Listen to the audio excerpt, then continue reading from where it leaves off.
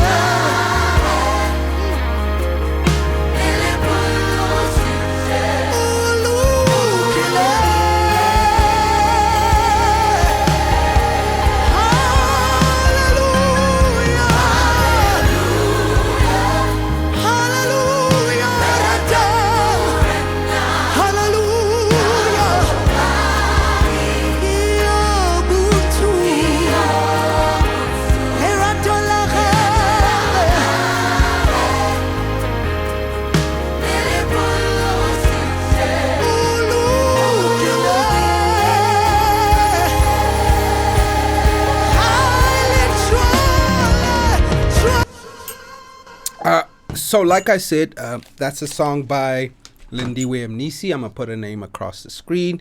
The song is named Maria Jeso. If you like the song, please go and check it out. Show us some love and tell her that I sent you onto today's lesson.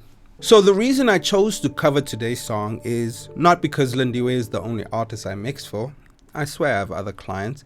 But it's because the drummer gave us a great example of what we essentially get when we get a very dynamic and robust session. He gave us a rim shot, gave us a deep snare, and a typical African gospel snare that is a bit higher pitched.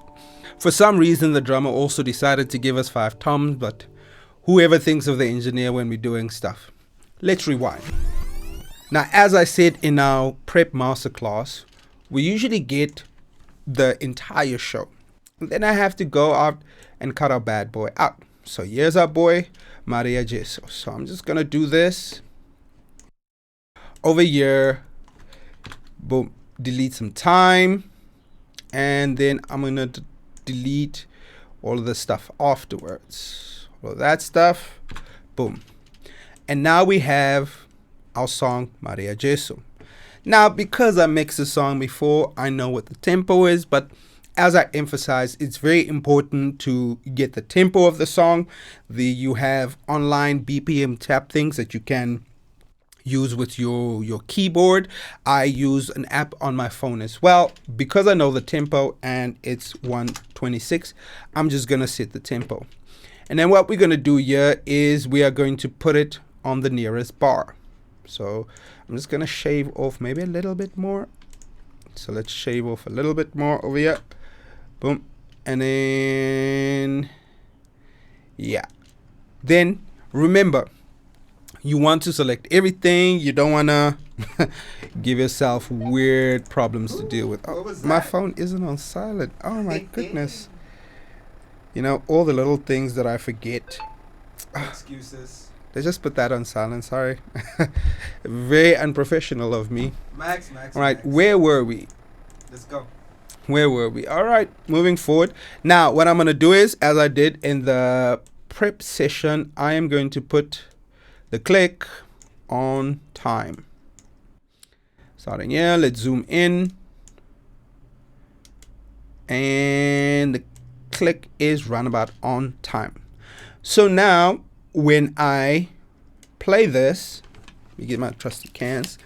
When I play this with the loop with the click,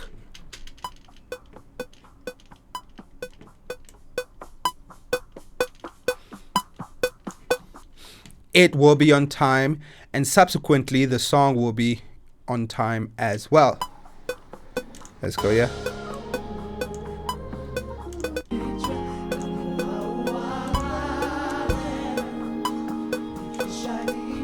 All right, cool. Now that we have the tempo and we have everything synced, we also have everything in their folders. We have the drums in the drum folder, which we did earlier in the main session. We have the loop in a loop folder, and so on. And things that are going to work together are essentially in one folder. What we're going to do is we're going to start editing the drums, because this is why we're here. So I'm just going to mute all of these bad boys over here, and to give us an A/B of essentially what is going to happen, I'm going to duplicate the drum folder. So duplicate, and I'm going to call this drums out of phase.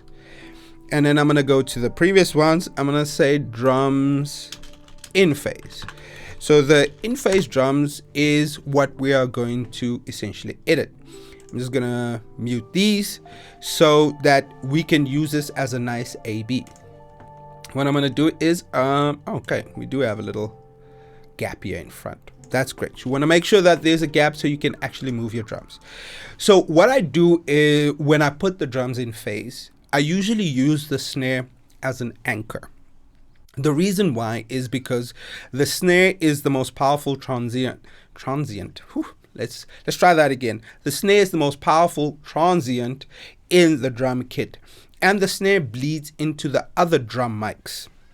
So I'm going to put the everything in phase with the snare, and what I like to do is I look for a clean snare strike to use as a reference for the phase.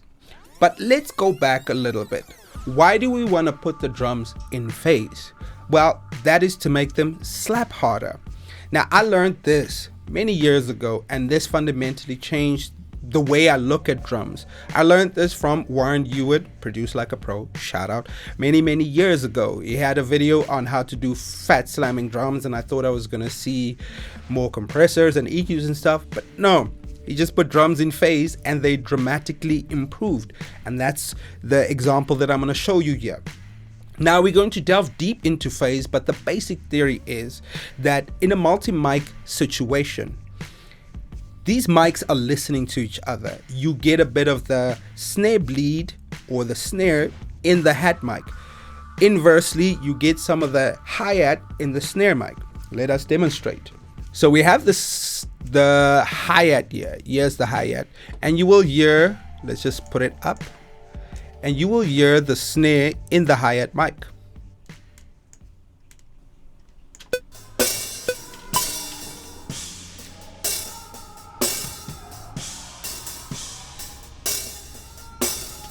In this regard, it's a bit more subtle. The drum kit was well recorded, but it is there.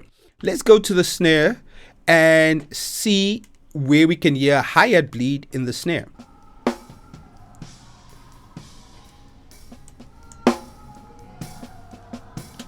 So you can hear there is hi-hat bleed in the snare and there is snare bleed in the hi-hat mic. What you essentially have is these two mics are listening to each other. And when the snare in the hi-hat mic is misaligned with the snare mic, you get what is called phase interference. So instead of you getting a nice clean and beautiful snare, you have phasing issues. And like I said, we'll delve into that. So the first thing, like I said, we are going to do to remedy this is we are going to phase align everything. And there is the snare transient. A nice, beautiful snare transient. First thing we're going to do, this is Drums 101, is to put your snare bottom in phase with your snare top. Now, as you can see that the polarity of the snare top is different to the polarity of the snare bottom. Because they have opposite polarity, so let's say the snare top has a positive polarity and the snare bottom has a negative polarity. This causes phase interference, meaning the two snare mics are not reinforcing each other. How this plays out practically is if the snare top had an amplitude of, let's say, 6 decibels and the snare bottom has an amplitude of 3 decibels. If they cancel each other out, that means you can subtract that 3 decibels from the 6 decibels, and instead of the snare being a 9 decibel nice juicy snare, you're getting a snare that is compromised and quite possibly only 3 decibels in level, amongst other phasing issues. So when we flip the polarity, what we get is that the snare bottom now reinforces the snare top and you get a better snare. So there's another snare top here, a snare top 2. We have a snare top 2 bottom that we're going to put in phase, snare top 3. We have the hat, tom 1. Now you get to see all 5 toms. I mean, like, what happened to 3 toms? All right, before I move on, so putting your hi-hats in phase, and not your hi-hats, your overheads in phase, and knowing which is which. A simple trick to know which is which is that the overhead that is closest to the snare is generally the left overhead. That is because the snare in a typical drum setup is closest to the left overhead and the left overhead closest to the snare. And your right overhead will be further away from the snare. So when I look at this, I can see that there is a mislabeling. This should be OHL and this should be OHR, and you'll see the middle one would be the distance between them. So I'm just going to shift this up and pan it to the left. The OHR, I'm going to pan to the right. Let's take away that phase movement and we leave the OHR, so we have OHL, OHC, OHR, so left, center, right. And then we put them in phase, knowing now which ones they are. Right, now we have the entire drum kit in phase except for the kicks. So let's put the kicks in phase quickly. So the first thing I do is align the kicks themselves. So you can see the kicks are slightly misaligned, and we will cover the bottom end later. So what this essentially translates to is a kick that is not as big and powerful as you would like. Now the kicks rather are aligned, and we will have nominally a better kick. Let's see if we can align the bleed from the snare and the kick. Now that's not going to be perfect, but it's most likely better than what we would otherwise have. All right, now our drum kit is in phase and it should sound better. And to prove this, we have the out of phase kit and we have the in phase kit. And I didn't change levels except for the hat mic. So let's just restore that hat mic. Let's pan it, drag it down. Let's just make sure what the level is. Some weird level. It is hard left and -9 points, so that we have a level matched sort of like test. Let's see if we mute it. So we're gonna play this section over here.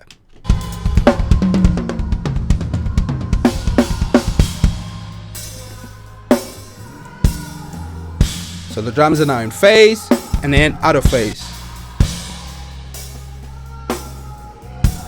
Focus on that snare.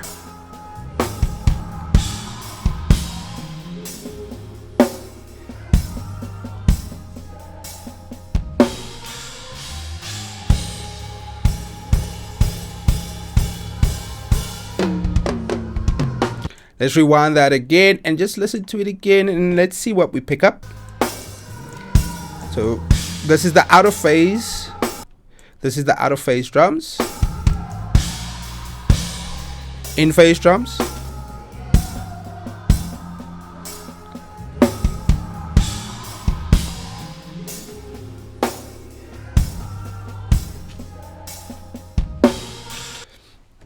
So if you can hear, the in-phase drums have a slightly more meaty presentation, and the out-of-phase drums, although they didn't die, but they certainly have been improved. Right, so now that the drums are in phase, we can actually start the drum editing. And the first thing we are going to do is, I just realized what we're going to do. We're going to edit toms. Toms is like, ugh. Anyway, it was that until I discovered this cool hack. So with Cubase, what you can do is detect silence.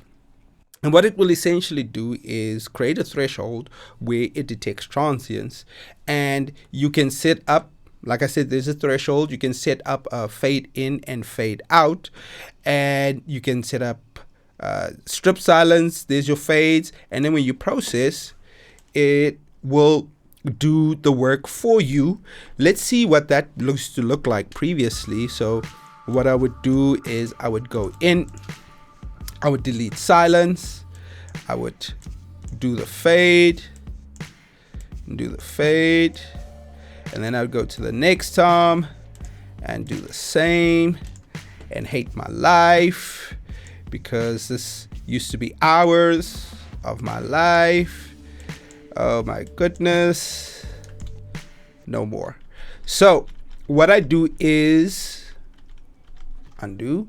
What I do is the trick that I showed y'all. I just detect silence and boom, there we go. Then I do it for the other, parts of the kit. Boom. And if you want this process to go faster, what you do is you just lasso more than one, and you just get to press process, and process. Now, a word to the wise. You still want to go in and check it and make sure that every tom is there. You still want to check the fades. You still want to check stuff in case there is cymbal bleed that pops up. Let's look for some cymbal bleed. Let's see how good I am at reading some matrix code. That should be some cymbal bleed over here. There you go. So if you hear that, that is a bit of cymbal bleed in tom 3. So you want to go out and essentially do a fade like this and remove that type of cymbal bleed, and it will also subsequently, now that I have my tongue back, it will also subsequently be in that other track. So you want to go in and make sure of your edits. Essentially, don't be lazy. Still do the work, even though I gave you this fire life hack. Alright, boys and girls, that's where we're gonna leave it today. This Drums Masterclass became like a bigger video than I expected, which is a good thing because now I'm giving you more value for your proverbial money. If you enjoyed this episode, you know what to do. Don't be shy to hit the buttons on whichever platform you are seeing this. You know, myself and Bruce enjoy all of the love and support that you are giving us. Next week, the journey will continue. We will continue making drums slap. So we're going to be covering layering, how to judiciously layer your drums and make them bang even harder. And if that sounds like a good time to you, and we had a good time today, right, Bruce? I guess. I mean, like, you have to deal with all my jokes and stuff, but otherwise it's a good time. I mean, like, and my wife too, she also has to deal with my jokes. So Hey. whoever's in my orbit essentially has to deal with my jokes. But that's all right. And if that sounds like a good time to you, and hopefully you had a good time with us today, please don't be shy to hit that follow and that subscribe so you can be notified when we drop part 2 of making drums slap. As always, love what you do and do what you love. Peace. Right, cut. That's a wrap. Let's go home, guys.